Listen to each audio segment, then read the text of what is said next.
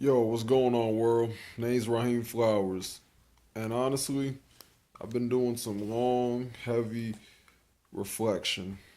And what's even prompted me to make this video alone is I had a recent encounter with my father. Truth be told, I haven't seen him in a little over a year, about a year and 2 weeks, up until the other day, yesterday actually. And, you know, I have to be honest.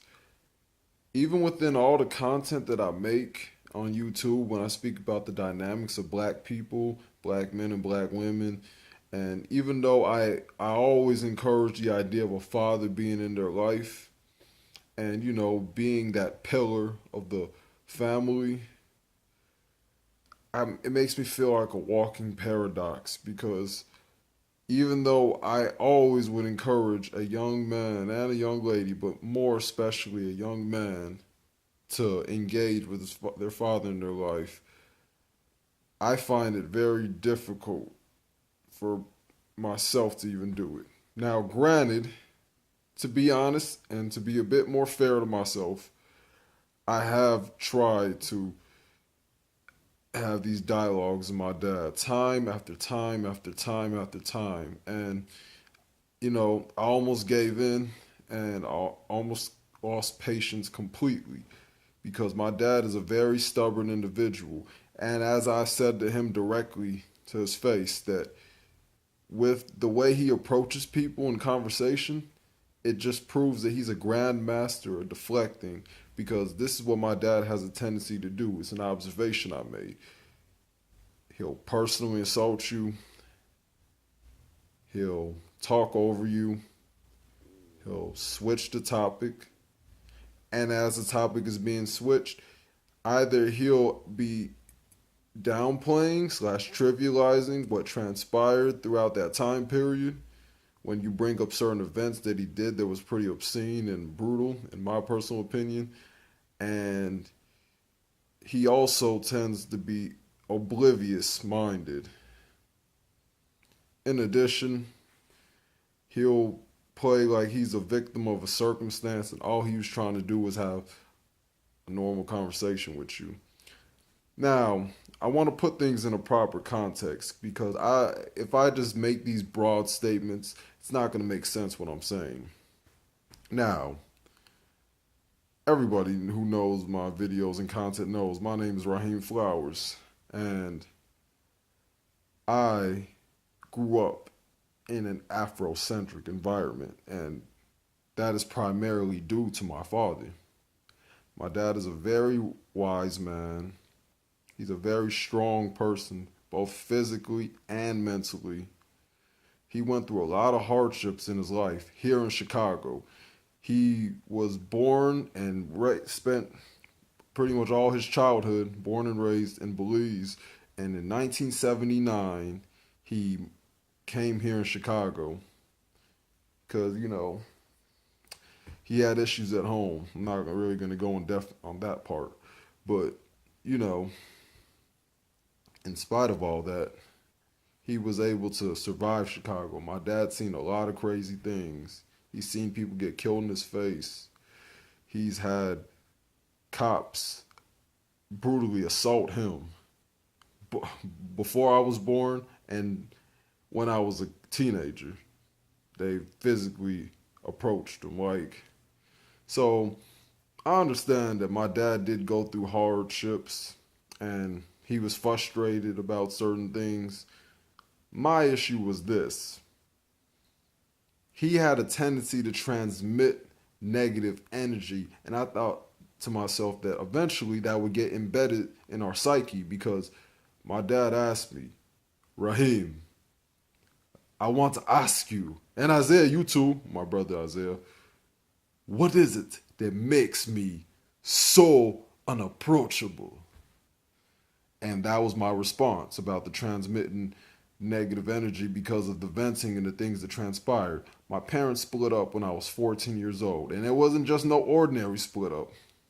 My mom surprised the fuck out of me, my younger brother, and my other brother, Isaiah.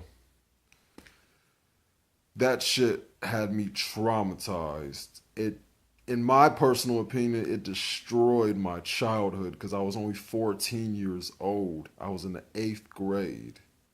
Now, granted, my dad, the way he handled things, he's a traditionalist, and he handled things in a traditionalist manner, and that even meant that his methods were often brutal and obscene. And you mix that in with having that Afrocentric philosophy, and then you mix that in with my mom, who, ironically enough, could say she's mixed. She's like a Malcolm X, basically, a quarter breed. My mom, and my dad had an opposition with her working for white people. It pissed him off to the point of where he did things he shouldn't have done. And you know, I understand where my dad's coming from at times. And my brother Isaiah, one of his retorts or one of his responses was that my dad has a vibe that is uninviting. And within that, my dad would just talk around circles in the conversation. And instead of getting to the topic of why people have this gripe with him and why people just don't even bother with him, he will just bring up things, whether it comes to my aunt and uncles or my mom or my my other brother, my Isaiah, his mom, since we have different moms. Instead of him, he'll talk about the things that surrounded him, but not him directly. I think I have to do a series on this because I might have to do a part two. I can't just finish it in just one setting. But you know, I look at my dad and I do thank him for helping me have a more sharp mind and being more inclined to truth and knowledge and maintaining my body and not wanting to work for another person. I thank my father for those things. Nobody ever said he didn't do those things. We all know we all know the positive traits he's carried, but he refuses to acknowledge the obscenities that he's caused. Instead, he's going to try to twist it into something else. And that's what me and my brother Isaiah were trying to show him. But instead of acknowledging it, he had to try to rationalize it. And in addition to rationalizing it, he had to go bring up other people instead of bringing up him, who was the common denominator in the conversation. That's right. I didn't want to say much during that time period with my brother Isaiah being around because I didn't want to feel like we were ganging up on him and tag teaming. But I did have to give a slight bit of my own personal input, and it put things in perspective for me, man.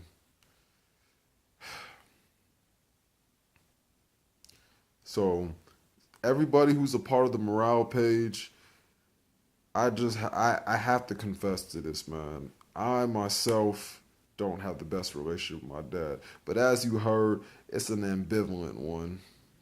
I mean, I've even told my dad that I have a extreme disdain for him, and a lot of it has to do with not acknowledging the errors of his ways. I'm not an individual to hold grudges. I've had people say they're gonna slap the shit out of me. I've had people say I've had people try to fuck with me on some gang banging bullshit and try to use me. And I brush all that off because I understand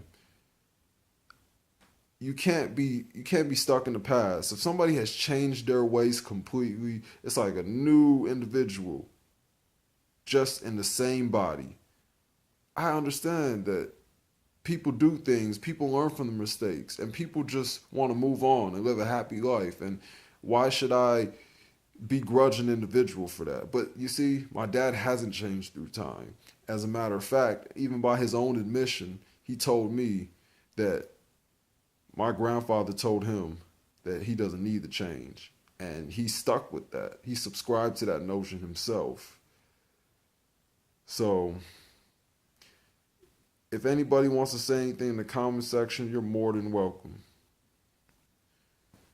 And if you guys think that I'm wrong for having that train of thought, I don't blame you guys. And I don't think I'm right for it myself.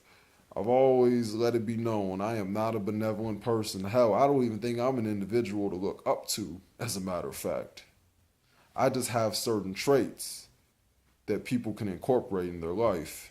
I consider myself more of an anti hero. I'm nobody's hero, and I'm not somebody you should look up to because I've made too many mistakes in my life. I mean, for peak's sake, I dropped out of college when I was just turned 21. I'm socially inept. I overthink. As you can see, I don't have a positive relationship with my dad. I'm very distant with my own family. And I've even had problems in my own personal relationship with my woman. I mean, I even have my own perverted tendencies. Like, man, I can go through a plethora, a whole catalog, but you get the point. And I still stand by that. People should still encourage to have a man in their life. And my dad said something interesting about my brother, about, because my people come from Belize, we're from the Caribbean, but my brother, his mom is a black American woman, and my dad pointed out the fact that, you know, his family, there's like a matriarchal household. There's no man around. And honestly, even black Caribbeans are adopting that. I could even mention people in my family, but I'm not going to put nobody in particular on blast. It's a fucked up dynamic that people share. And in all honesty, I think my dad, in a very subconscious manner, he's probably one of the reasons why I have zero respect for the vast majority of these Afrocentric, pro black Negroes. He really is. Because I see how he talks and I see how they talk. I see how this fucked up paradigm just perpetuates. But one thing I will give to him is he actually will challenge white people. He actually will do things. He actually is, is in the process of building a foundation down in Central America via Belize. So he's not just doing the ordinary Hotep talk, but my dad, his generation is what helped spawned all the Sarah Sutton, young pharaohs, and Robert Perkins of the world. He's the one who pretty much laid down the blueprint for dudes like Tariq Nasheed, laid down the blueprints for dudes like, not Umar, because Umar's not that much younger than my dad. Shit. Your local Hotep Negro, man. Come on.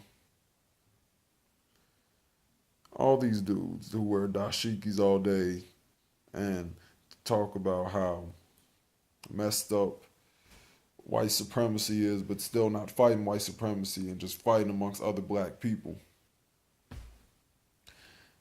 My dad's a little different from those pro blacks, but what makes him not so different is that he laid up in bed with women who were either mixed or light skinned.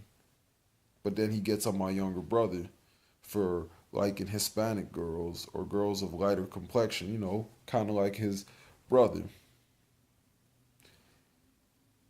In addition to that,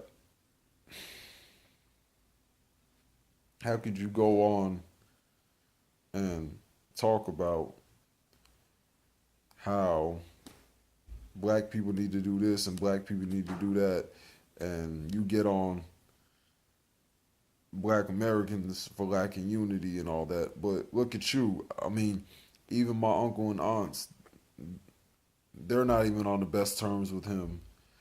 And if this is true, and they're not visiting my grandpa. I mean, how much black unity could black Caribbeans have themselves? As a matter of fact, black Caribbeans are crazier than black Americans. And I'm saying that as a black Caribbean descent. I don't have a problem saying that shit at all.